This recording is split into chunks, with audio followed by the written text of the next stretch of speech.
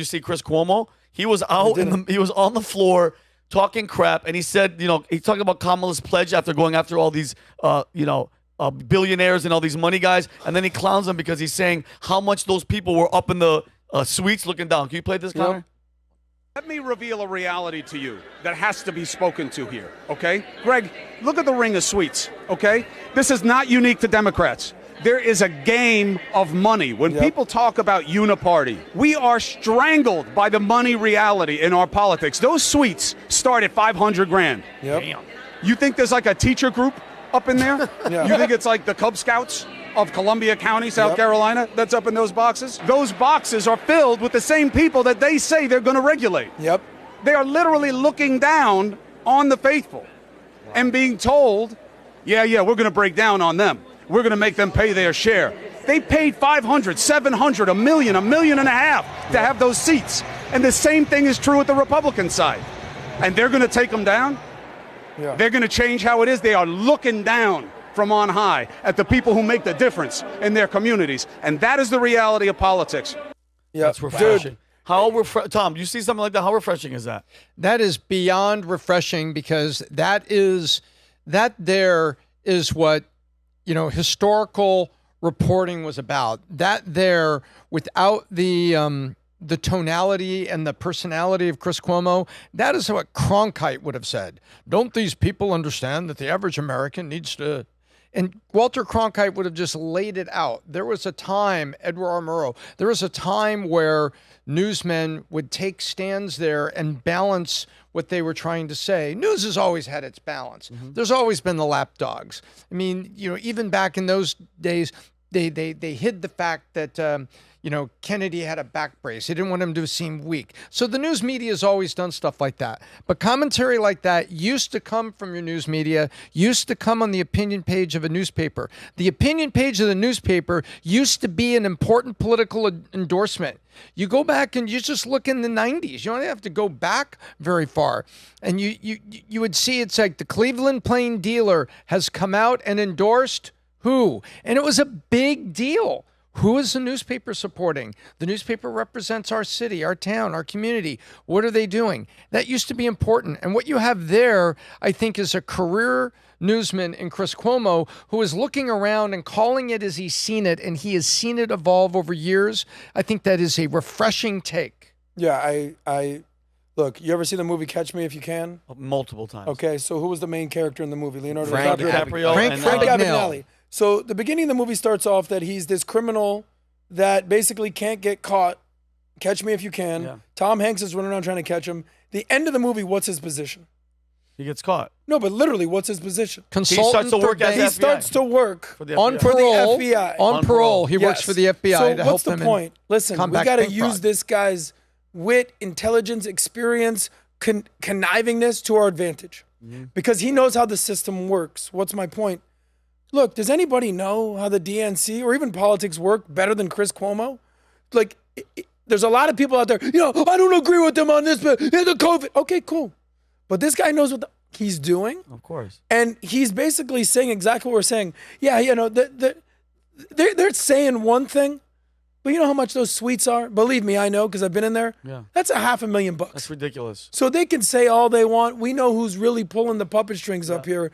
And that's what's so refreshing about him is he's sort of like, dude, I was a Democrat. You kicked me out. I'm definitely not on Team Trump. Yeah. So now I'm just kind of in the middle. I'm going to I'll punch any of you guys in the face. And what's interesting about that is that the Cuomo family at one point was political royalty in the United States. Andrew married to a Kennedy. So, I mean, they had actually merged royalty. Two Democrat.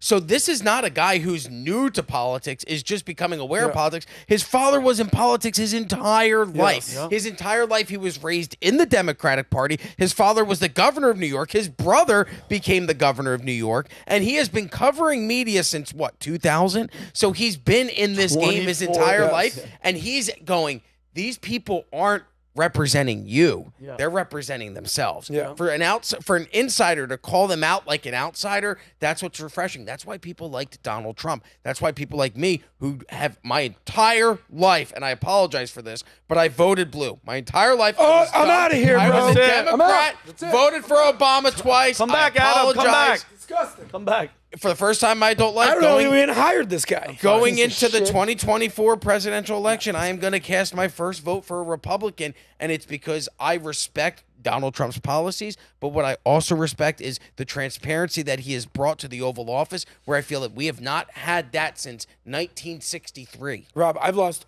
all respect for you, and I don't even know how we even have you on this program anymore. Well, Listen, you're disgusting. One quick point. Think of the guy that Is we that why talked you to grew that yesterday. beard? Yes. To sort of blend in Yes. with the J6ers? Yeah. Part I of got my it. I got I'm it. becoming one of you. Yesterday we spoke with Ian Carroll. He's a guy that's online. You if you saw his face and you saw long hair. yes, you'd know Says him right great away. things about the Jews. I love him. Well, listen, I don't condone everything he says or vouch for everything he says. What's interesting is you hear that guy talk today.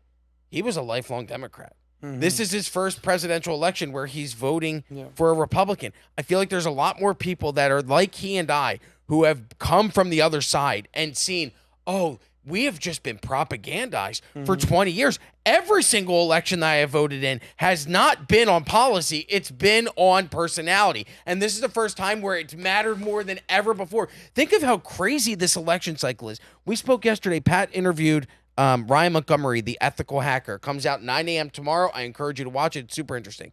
In that interview, Pat says, isn't it crazy like 2 months ago that Trump got shot? And then we looked and we're like, oh my God, that was 4 weeks ago. Yeah. And think about what happened in the past 6 weeks. Okay, you had the debate on the 27th. You had the Trump assassination on the 13th. You had Biden dropping out. You've had Kamala go in. Then you had the GOP introduce impeachment articles for Biden.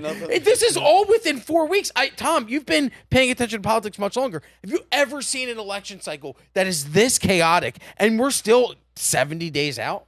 No, I have not seen something that's this chaotic. I think you have to go back to, 1968 and where you had, Bobby is now gone. They go into the convention. Riots are literally happening outside. The Vietnam War is not over yet. People are being drafted.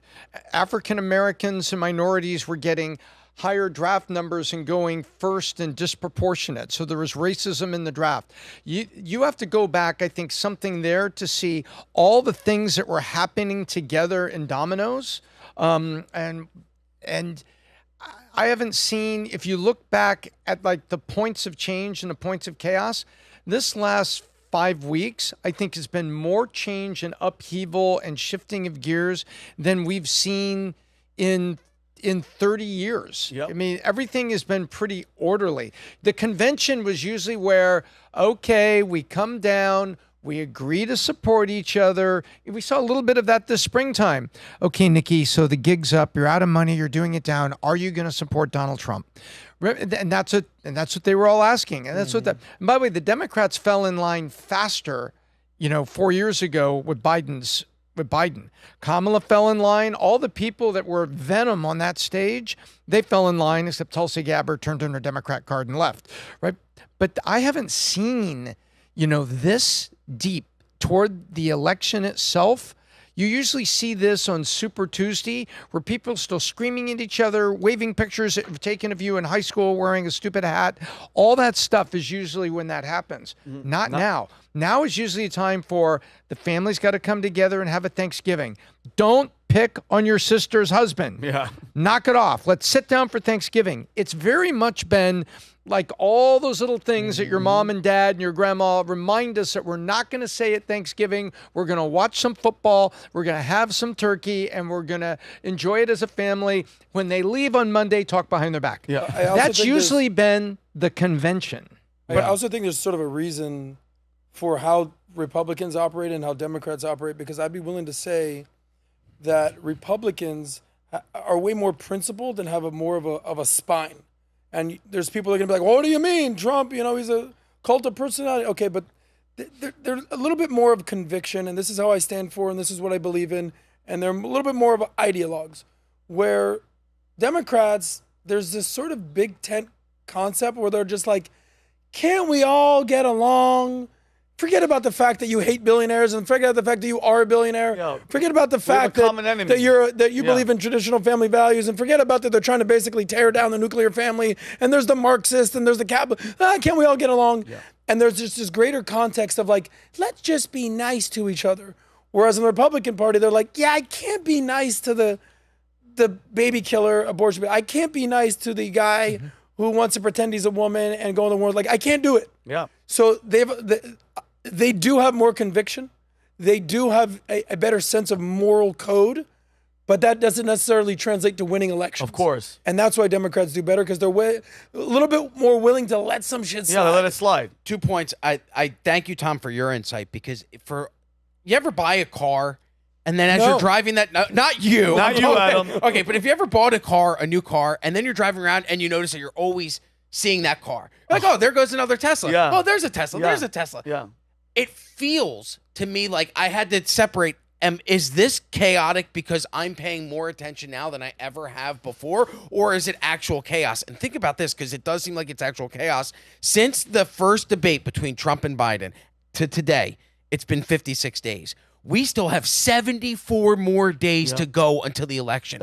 How chaotic is it going to get over the next? Or has the chaos passed? No. And now we are just in the calm of the storm. What's up, everybody? Vincent O'Shaughnessy here. If you want to see me and the entire Valuetainment crew, we will be at the Vault Conference September 4th through the 7th at the Palm Beach Convention Center, hosted by none other than Patrick Bet-David and featuring Dwayne The Rock Johnson. Guys, this is the place to be. If you are an entrepreneur and you want to level up, do not miss this opportunity. This is the best place to network. If you want tickets, go to thevaultconference.com. Do not waste time. This thing is going to sell out, and I will see you guys there. Peace and love. So if you like this clip, click right here. And if you want to see more like it, click right here. Stay angry, Patriots.